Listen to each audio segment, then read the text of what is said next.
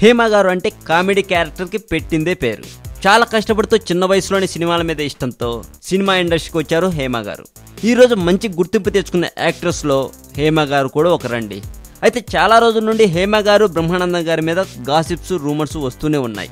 వాటి గురించి హేమ తన మనసులో మాట చెప్పుకొచ్చారు. బ్రహ్మానందం గారితో కలిసి నటించి చాలా డబ్బులు సంపాదించాను అని కూడా చెప్పారండి. బ్రహ్మానందం గారు తనకి అన్నయ్య లాంటి వారట, తను అతనికి చెల్లెలు లాంటిదాన్ని అని చెప్పుకొచ్చింది. ఒకసారి బ్రహ్మానందం గారు తన పక్కన నటించడానికి హేమ వద్దు అన్నారట. ఎందుకు అని అడగ్గా ఏదో చెప్పేసి వెళ్ళిపోయారట బ్రహ్మానందం గారు. ఆ తర్వాత ఒక 5-6 సినిమాలకి తన పక్కన నటించడానికి హేమ వద్దు అన్నారట మళ్ళీ బ్రహ్మానందం గారు. అది తెలుసుకున్న హేమ ఒక ప్రెస్ మీట్లో బ్రహ్మానందం గారి మీద కూడా ప్రెస్ మీట్ పెట్టాలి అని అన్నారట.